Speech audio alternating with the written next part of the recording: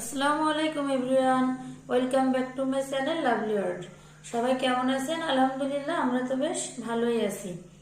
তো আজ আমি আবারও চলে আসলাম আপনাদের সামনে নতুন আর একটা ভিডিও নিয়ে।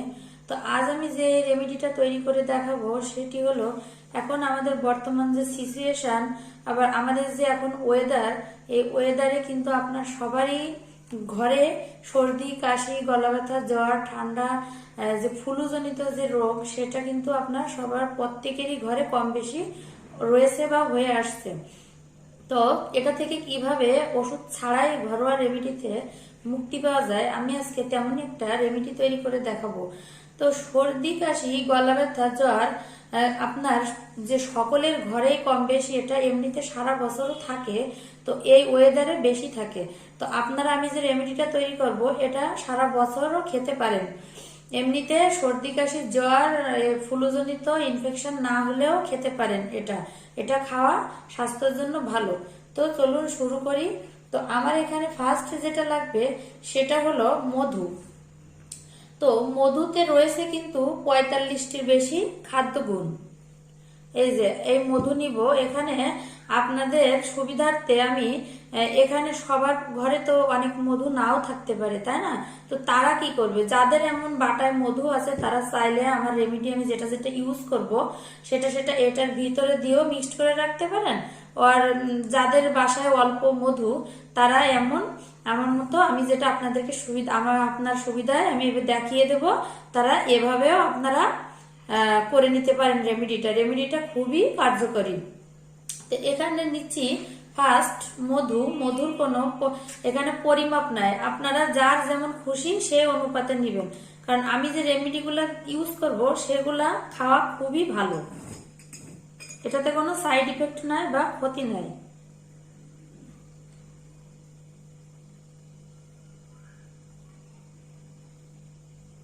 এটা আমি যেটা তৈরি করব এটা একটা ক্যান্ডির কাজ করবে। তো এটা সকলেই খুব পছন্দ করে। তো আমি এখানে 6 চামচ মতো 6 চামচ মতো মধু নিচ্ছি। আপনার মধুটা যদি খাঁটি হয় তাহলে তো আরো উপকার।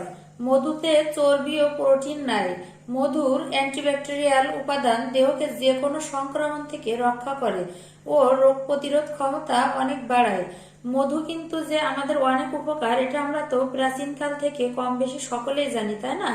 এমনকি হাঁপানি এবং শ্বাসকষ্ট যাদের অনেক, তাদেরকেও এটা কমাতে সহায়তা করে। তো আমার এই মধুর ভিতর নেক্সট যেটা লাগবে সেটা হলো রসুন। তো আমি এখানে এমন সাইজের রসুন নিয়েছি, এটা আপনাদের সুবিধার্থে আমি দেখিয়ে বুঝিয়ে দিচ্ছি। তো এমন একটা রসুন থেকে আপনারা 7-8 পিস কোয়া বের করে নেবেন, দেন খোসাটা ছাড়িয়ে ধুবেন, ধুয়ে আপনার টিস্যু অথবা কাপড় দিয়ে মুছে নেবেন। মুছে নিয়ে এভাবে একদম মিহি কুচি করবেন, এভাবে একদম মিহি কুচি করে নেবেন।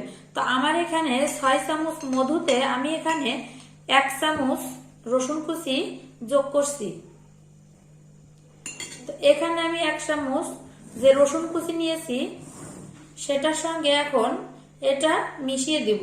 রসুনও আমাদের শরীরের জন্য খুবই উপকারী, এটাও আমরা অনেকে কম বেশি জানি, তাই না? সর্দি কাশি প্রতিরোধ রসুন খুবই উপকারী, এজন্য রসুনকে প্রাকৃতিক অ্যান্টিবায়োটিকও বলা হয়ে থাকে। এছাড়া জ্বর ও বিভিন্ন ধরনের ফাঙ্গাল ইনফেকশন প্রতিরোধেও রসুন খুবই কার্যকরী, কারণ রসুনে আছে ভিটামিন সি। ভিটামিন সি কিন্তু আমাদের রোগ প্রতিরোধে খুবই কার্যকর, এটা আমরা কম বেশি সকলেই জানি। দেন এটাতে আমি নেক্সট যেটা ইউজ করব সেটা হলো আদা। নেক্সট যেটা লাগবে সেটা হলো আদা। তো আমি এমন ধরনের আদা একটা স্লাইস করে খোসাটাকে ছাড়িয়ে ভালোভাবে ধুয়ে টিস্যু অথবা কাপড় দিয়ে মুছে নিয়েছি, কারণ পানি সহ আদা কুচি বা রসুন কুচি করে নিলে বা আমি যেটা যেটাই মিশাই সবটা পানি সহ গেলে মধুর ভিতরে বাইরে থাকলে নষ্ট হয়ে যেতে পারে। এর জন্য আমরা ভালোভাবে এটাকে শুকিয়ে নিয়েছি। তো এইভাবে আদাটাকেও আপনারা দেখুন একদম মিহি করে আমি কুচি করে নিয়েছি। এভাবে আপনারা আদাটাকেও মিহি করে কুচি করে নেবেন। মিহি করে কুচি করলে কি হবে, যখন আমরা এটা খাবো তখন যেন আমাদের মুখের ভিতরে তেমন কোনো সমস্যা সৃষ্টি না হয়। এখন আমি এখানে 1 চামচ আদা অ্যাড করছি। তো আমি এখানে 6 চামচ মধুর সঙ্গে অ্যাড করলাম ফার্স্ট 1 চামচ রসুন, দেন 1 চামচ আদা। আদা কিন্তু আমরা সকলে মহা ঔষধ নামে জেনে থাকি, তাই না, যে আদা মহা ঔষধ নামে পরিচিত আমাদের কাছে। আদায় রয়েছে জিঙ্ক, পটাশিয়াম, ম্যাগনেসিয়াম ও প্রাকৃতিক লবণ, এই ইত্যাদি উপাদান দিয়ে কিন্তু আমাদের এই আদায় আমরা পেয়ে থাকি।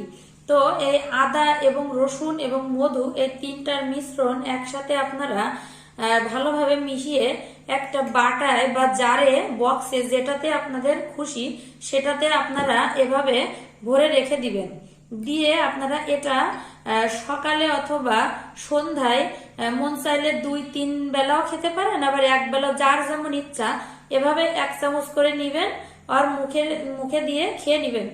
যাদের আদা রসুন মুখে পড়লে চাবাতে অনেকে প্রবলেম হয়ে থাকে, যেটা কিনা আমার হয়ে থাকে, তাই না, তো আমি সেক্ষেত্রে কি করি, এভাবে 1 চামচ নিয়ে গালের ভিতরে দেন ওষুধের মতো গিলে খেয়ে ফেলি। খাওয়া তো হচ্ছে আপনার, তাই না।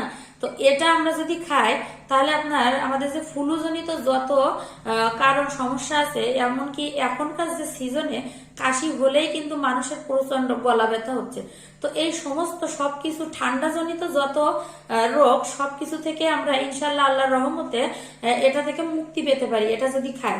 দেন এটা আরো অনেক গুণ রয়েছে, যেমন এটা খেলে যদি আমরা শীতের সিজনে খাই ফার্স্ট থেকে, তাহলে যতই শীত পড়ুক না কেন আপনার শীত খুবই কম লাগবে, কারণ এটা খেলে আমাদের দেহের রক্ত গরম হয়ে থাকে, যার কারণে আমাদের শীতের মাত্রা কমে যাবে।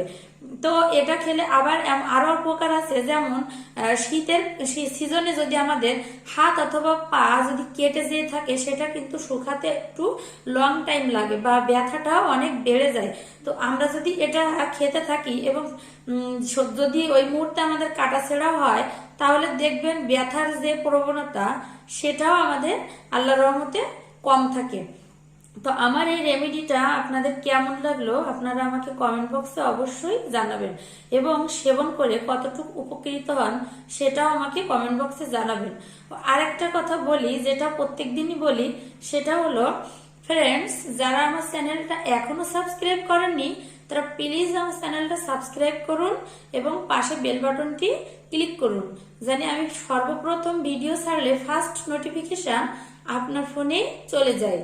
এবং যারা অলরেডি আমার চ্যানেলটা সাবস্ক্রাইব করে রেখেছেন তাদেরকে আমি জানাই অসংখ্য অসংখ্য ধন্যবাদ। তো সবাই ভালো থাকবেন, সুস্থ থাকবেন, আমার পাশে থাকবেন, আমার জন্য দোয়া করবেন, আমি যেন সামনের দিকে আরো এগিয়ে যেতে পারি। তো সবাই ভালো থাকুন, আল্লাহ হাফেজ।